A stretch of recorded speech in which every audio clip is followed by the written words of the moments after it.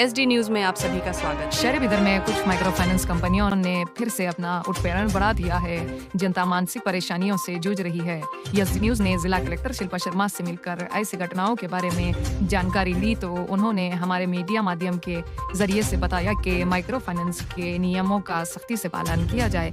अगर ऐसी घटना पाई जाए तो उनके खिलाफ सख्त कार्रवाई की जाएगी। अगर हमें शिकायत मिली तो जो लोग लोन बांट रहे हैं और मनमर्जी से इंटरेस्ट वसूल कर रहे हैं तो उनके खिलाफ बिना किसी उचित के कार्रवाई की जाएगी।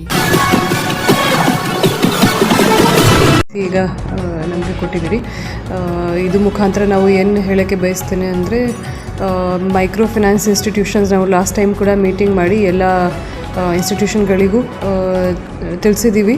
ಇಟ್ ಹ್ಯಾಸ್ ಟು ಬಿ ಇದು ರ್ಯಾಂಪೆಂಟ್ ಆಗಿ ಈ ಥರದ್ದು ಕೆಲಸ ಅವರು ಬಂದ್ ಮಾಡಬೇಕಾಗುತ್ತೆ. ಮತ್ತು ಯಾರೂ ಇರಲಿ ಸನ್ರೈಸ್ ಟು ಸನ್ಸೆಟ್ ಮಾತ್ರ ಅವ್ರ ಮನೆಯಲ್ಲಿ ಹೋಗಿ ಇದು ಹಣ ವಾಪಸ್ ತುಂಬಕ್ಕೆ ಅವರು ರಿಕ್ವೆಸ್ಟ್ ಮಾಡಬೇಕಾಗುತ್ತೆ. ಯಾರಿಗೂ ಯಾವ ರೀತಿಯಲ್ಲಿ ದಬ್ಬಾಳಿಕೆ ಮಾಡಲು ಅಥವಾ ಟಾರ್ಚರ್ ಕೊಡದೇ ಆಗಲಿ ಆ ಥರದ್ದು ಮಾಡೋಕ್ಕೆ ಆಗಲ್ಲ. ಪೊಲೀಸ್ ಕೂಡ ಸಿವಮೋಟೋ ಕೂಡ ಇದರಲ್ಲಿ ಕೇಸ್ ರಿಜಿಸ್ಟರ್ ಮಾಡ್ತಾರೆ. ಆ್ಯಂಡ್ ಸನ್ಸೆಟ್ ಮೇಲೆ ಯಾರ ಮನೆಯಲ್ಲಿ ಹೋಗಲೇಬಾರ್ದು ಅಂತ ನಾವು ಇದು ಕೂಡ ತಿಳಿಸಿದ್ದೀವಿ.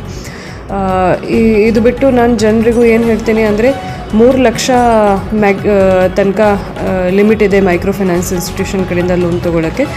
ಅವರು ಒಂದು ಬಿಟ್ಟು ಬೇರೆ ಬೇರೆ ಕಡೆಯಿಂದ ತೊಗೊಳ್ತಿದ್ದಾರೆ. ದಯವಿಟ್ಟು ನಿಮಗೆ ಕೂಡ ಏನು ಅವಶ್ಯಕತೆ ಇದೆ ಅಷ್ಟೇ ಮಾತ್ರ ನೀವು ಲೋನ್ ಮೈಕ್ರೋ ಫೈನಾನ್ಸ್ ಇನ್ಸ್ಟಿಟ್ಯೂಷನಿಂದ ತೊಗೊಳ್ಳಿ.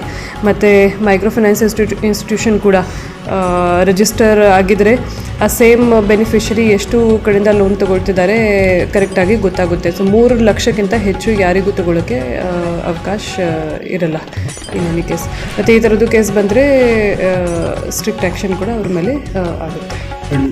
ಲಾಸ್ಟ್ ಟೈಮಲ್ಲಿ ತಾವು ಮುಖ್ಯ ಅಧಿಕಾರಿಗಳಿಗೆ ಅಥವಾ ಸಿಬ್ಬಂದಿಗಳಿಗೆ ತಾವು ಸಭೆ ನಡೆಸಿದ್ರೆ ಬಟ್ ಅವ್ರು ಏನು ಮಾಡ್ತಾರೆ ಮೈಕ್ರೋ ಫೈನಾನ್ಸ್ ಮುಖ್ಯ ಸಿಬ್ಬಂದಿಗಳು ಅವ್ರ ಸ್ಟಾಫ್ಗಳಿಗೆ ಅದು ಗೈಡೆನ್ಸ್ ಮಾಡ್ತಾಯಿಲ್ಲ ಮೇಡಮ್ ಅವ್ರಿಗೂ.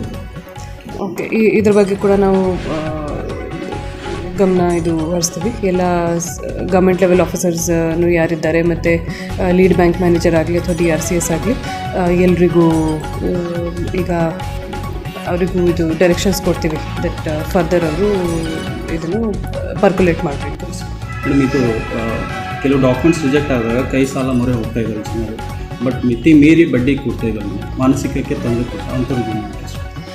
ಸೊ ಲೋನ್ ಇಂಟ್ರೆಸ್ಟ್ ಸಂಬಂಧಪಟ್ಟಂಥ 14% ಮ್ಯಾಕ್ಸಿಮಮ್ ತೊಗೊಳ್ಳೋಕ್ಕೆ ಅವಕಾಶ ಇದೆ. ಅದಕ್ಕಿಂತ ಜಾಸ್ತಿ ಇದ್ದರೆ ಜನರಿಗೂ ಹೇಳ್ತೀನಿ ಯಾರಿಗೂ ಕೊಡೋಕ್ಕೆ ಕೂಡ ಹೋಗಬೇಡಿ, ಅಷ್ಟೇ ಇಂಟ್ರೆಸ್ಟ್ ಮೇಲೆ. ಮತ್ತು ಯಾರು ಈ ಥರದ್ದು ಕೇಸ್ ಗಮನಕ್ಕೆ ಬಂದಾಗ MFI ಮೇಲೆ ಕೂಡ ಆ್ಯಕ್ಷನ್ ಮಾಡಿ.